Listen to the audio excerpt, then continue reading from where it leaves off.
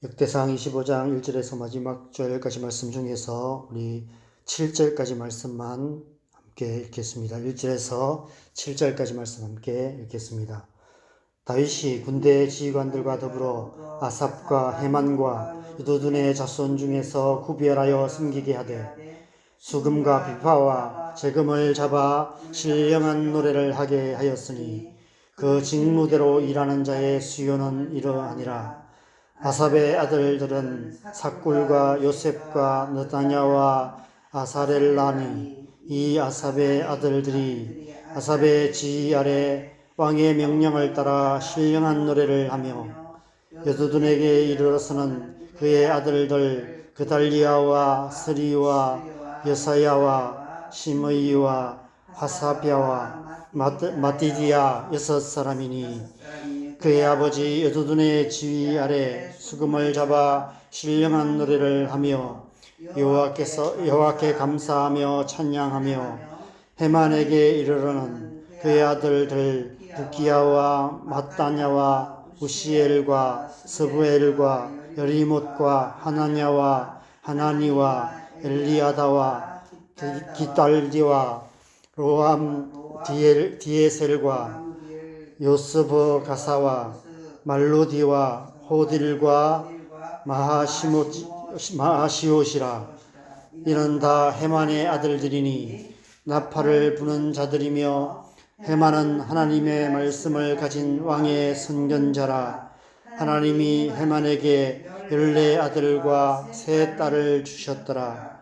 이들이 다 그들의 아버지의 지휘 아래 재금과 비파와 수금을 잡아 여호와의 전에서 노래하여 하나님의 전을 섬겼으며 아삽과 여두둔과 헤만은 왕의 지휘 아래 있었으니 그들과 모든 형제 곧 여호와 찬송하기를 배워 익숙한 자의 수요가 288명이라. 아멘.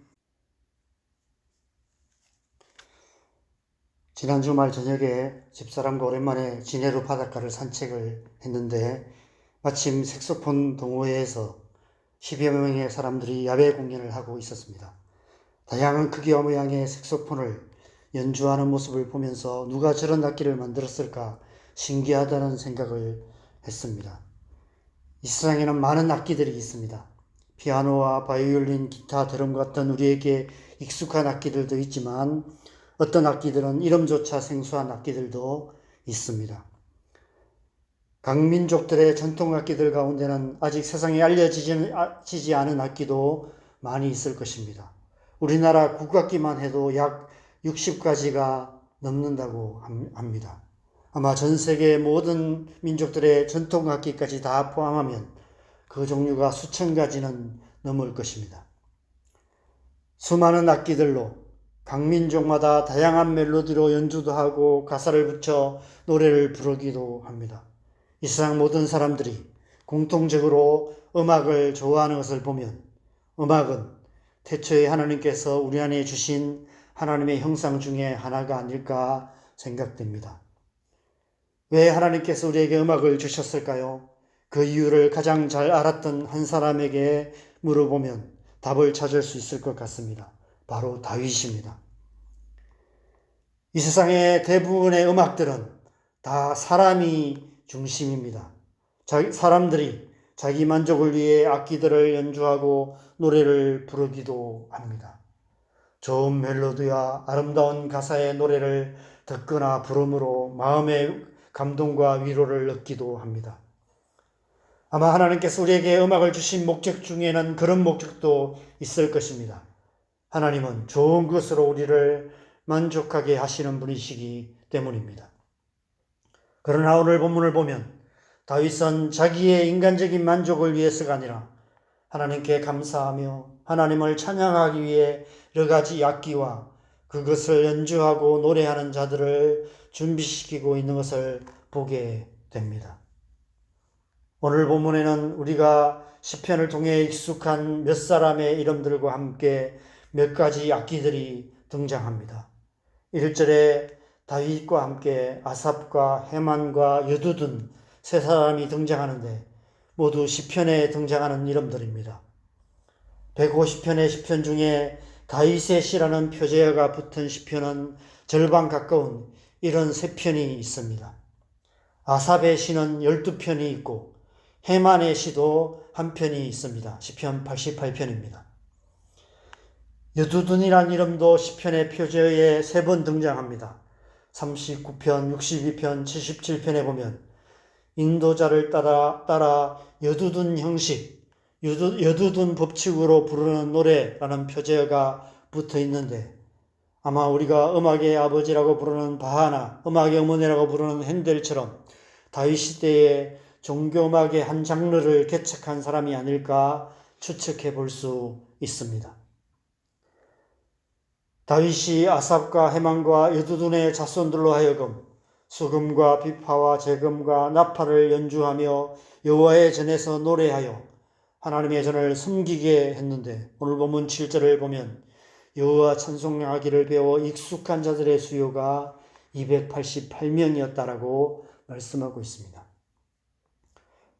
8절 이후 말씀에서는 다윗이 어제 본문에서 제비뽑기를 통해 제사장들을 24반차로 나누었듯이 제비뽑기를 통해 288명을 12명씩 24반차로 나눠서 여호와의 전에서 악기들을 연주하며 여호와를 찬송하는 직무를 행하게 했다라고 기록하고 있습니다.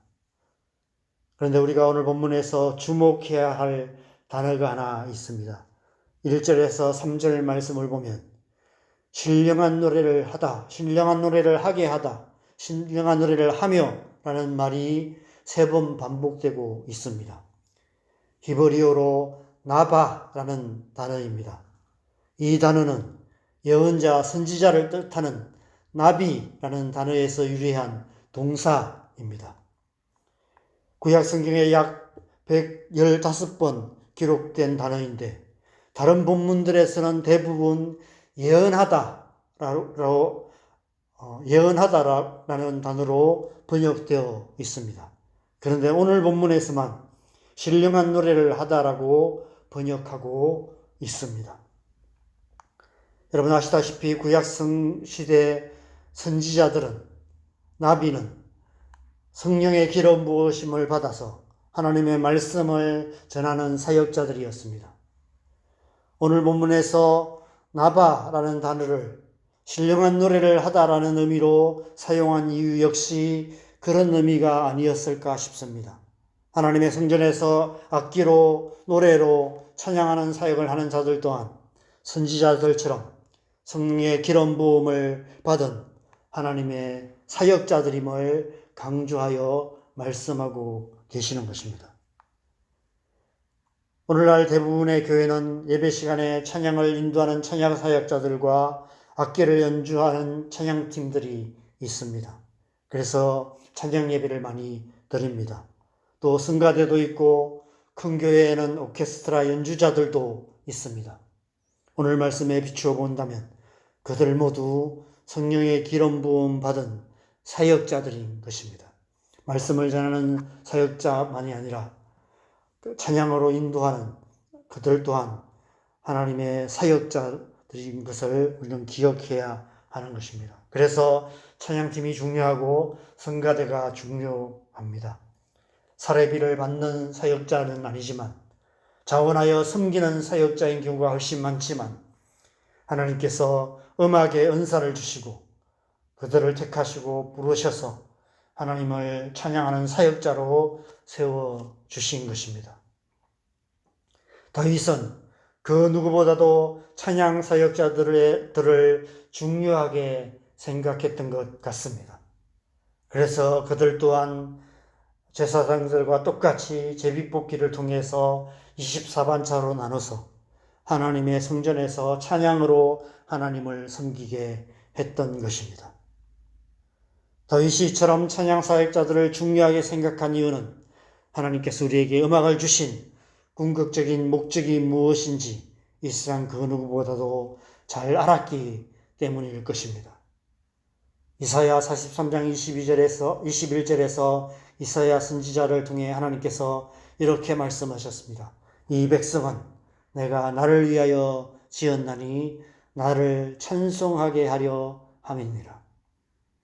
하나님께서 우리에게 음악을 주신 목적은 하나님을 찬송하게 하려 함인 것입니다. 이사야 선지자를 통해 이 말씀을 선포하시기 훨씬 전에 다윗은 그 사실을 잘 알았던 것입니다. 어떻게 알았을까요? 자신의 지나온 삶을 통해서 체험하여 알았습니다. 다윗은 지금까지 지나온 모든 삶의 어려운 순간순간마다 하나님께서 은혜로 함께 하시고 그를 선한 길로 인도하시고 그 순간마다 하나님께 감사하며 찬송하며 그런 삶을 살았습니다. 앞서 묵상했던 17장 말씀에서는 여호와의 성전을 건축하려는 다윗에게 하나님께서 내가 네 뒤에 네 씨 곧 네 아들 중에 하나를 세우고 그 나라를 영원히 견고하게 하겠다. 나는 그의 아버지가 되고 그는 나의 아들이 될 것이다. 내가 영원히 그를 내 집과 내 나라에 세우리니 그의 왕위가 영원히 견고할 것이다. 라는 놀라운 영원한 축복의 언약을 주셨습니다. 하나님 나라를 약속해 주셨습니다. 그래서 다윗은 하나님을 찬양할 수밖에 없었습니다. 그에게 있어서 하나님을 찬양하는 일은 종교적인 의무나 특별한 종교의식이 아니었습니다. 다윗은 지금 어떤 종교의식을 만들고 있는 것이 아니었습니다. 다윗의 그 마음 가득한 하나님을 향한 감사와 찬양의 마음을 어떻게 달리 표현할 수 있는 방법이 없었습니다. 그것을 표현할 수 있는 최선의 방법이 악기들과 노래들로 끊임없이 하나님을 찬양하는 일이었던 것입니다. 그래서 다윗은 그 스스로가 하나님을 찬양하는 일에 온 마음을 다했을 뿐 아니라 오늘 본문에서 성령의 은사를 받은 찬양 사역자들을 세워서 하나님의 성전에서 하나님을 찬양하는 소리가 끊이지 않게 했던 것입니다. 하나님의 백성의 삶은 다윗처럼 하나님을 찬양하는 삶입니다.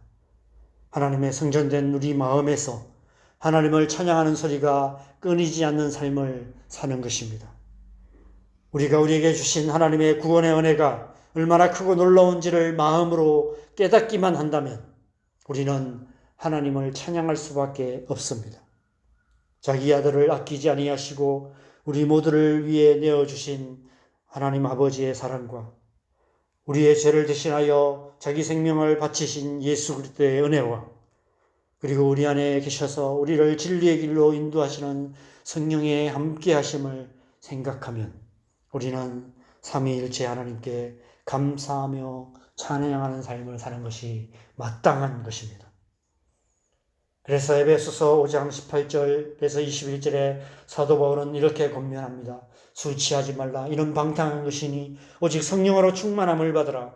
시와 찬송과 신령한 노래들로 서로 화답하며 너희의 마음으로 주께 노래하며 찬송하며 범사에 우리 주 예수 그리스도의 이름으로 항상 아버지 하나님께 감사하며 그리스도를 경외함으로 피차 복종하라. 골로새서 3장 16절 17절에도 비슷한 권면을 하고 있습니다. 그리스도의 말씀이 너희 속에 풍성히 그하여 모든 지혜로 피차 가르치고 권면하며 시와 찬송과 신령한 노래를 부르며 감사하는 마음으로 하나님을 찬양하고 또 무엇을 하든지 말이나 일이나 다 주 예수 그리스도의 이름으로 그를 힘입어 하나님 아버지께 감사하라. 시와 찬송과 신령한 노래로 하나님께 감사하며 찬양하는 삶을 살라라고 권면하고 있는 것입니다. 그런 교회 공동체가 되어야 한다라고 권면하고 있습니다. 다윗이 찬양 사역자들을 24반차로 나눠서 하나님의 성전에서 하나님께 찬양하며 감사하는 노래소리와 악기소리가 끊이지 않게 했던 것처럼 우리 또한 항상 기뻐하며 쉬지 않고 기도하며 범사에 감사하며 날마다 그리스도의 말씀 가운데 거하며 날마다 하나님을 찬양하는 삶을 살아가야 마땅한 것입니다. 그런 교회 공동체가 되어야 하는 것입니다. 저와 여러분의 삶이 그런 삶이 되기를 바랍니다. 우리 교회 공동체가 그런 교회 되기를 바랍니다. 하나님의 은혜가 우리 안에 충만하여서 우리의 중심으로부터 시와 찬송과 신령한 노래로 하나님을 찬양하며 하나님께 감사하며 하나님께 영광을 드리는 그런 삶, 예배자의 삶을 살아가는 그런 우리의 삶 되고 우리 교회 공동체가 그런 교회 되기를 주님의 이름으로 간절히 축원합니다. 우리 함께 기도하겠습니다. 여러분, 우리 안에 하나님의 은혜가 충만하면 우리는 저절로 하나님을 찬양하게 되는 것 같습니다. 제가 하나님의 은혜를 받고 나서 가장 큰 두 가지 변화가 그거였습니다. 하나님의 말씀을 가까이 하게 되었고 성경을 읽는 것이 너무 좋았고, 또 한 가지는 정말 하나님을 찬양할 때마다 눈물이 나고, 하나님 그냥 이 시간에는 그냥 그 멜로디가 좋아서 그냥 찬송하는 게 참 좋다, 마음의 위로가 된다 그랬는데, 정말 그 찬송가 가사 하나하나가 마음에 와닿고 그 찬송가 가사, 그 가사를 정말 온 마음으로 고백하면서 그렇게 찬양했던 것 같습니다. 아마 여러분도 그렇게 살아오신 줄 믿습니다. 하나님의 이 시간도 우리가 좀 그 은혜를 다시 한번 구하십시다. 우리 안에 다시 한번 우리를 주의 성령으로 충만케 하시고 하나님의 말씀의 은혜가 우리 안에 충만하여서 우리가 중심으로 하나님을 찬양하고 하나님을 예배하며 그렇게 하나님 앞에 감사하며 날마다 찬양 가운데 살아가는 우리의 삶, 하나님의 성전된 우리의 중심에서 하나님을 찬송하는 소리가 끊이지 않는 그런 우리의 삶 될 수 있도록 하나님의 영으로 우리를 충만하게 하여 주시옵소서. 이제 우리 함께 기도하겠습니다. 기도하십시다.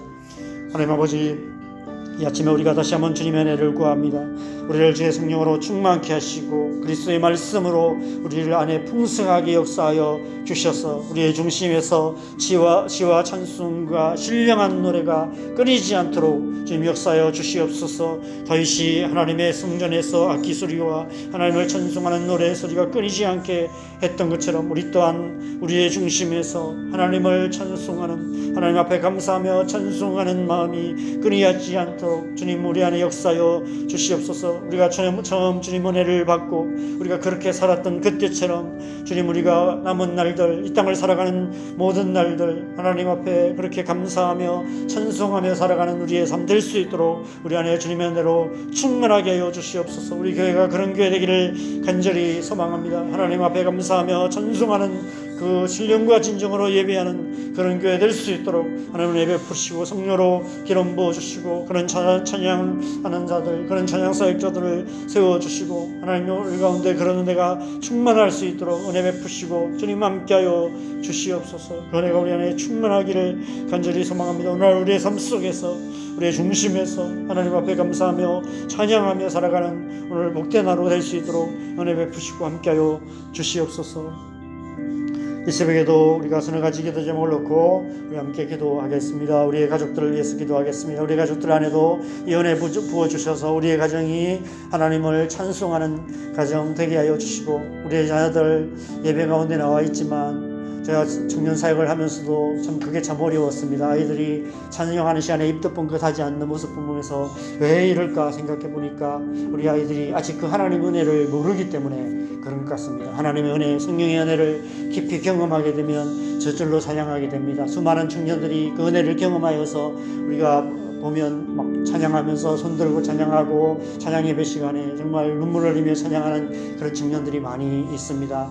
우리의 자녀들 또한 그렇게 될 수 있도록 하나님 은혜 부어주시도록 시간 기도했으면 좋겠습니다. 우리 교회가 그런 교회 될 수 있도록 교회 안에 하나님을 정말 다윗처럼 찬양하는 그런 사람들, 헤만과 아삽과 여두둔 같은 또 그런 찬양하는 자들, 찬양 사역자들 일어나게 하시고, 또 우리 교회가 정말 하나님을 신령과 진정으로 예배하는 그런 교회 될 수 있도록 기도하십시다.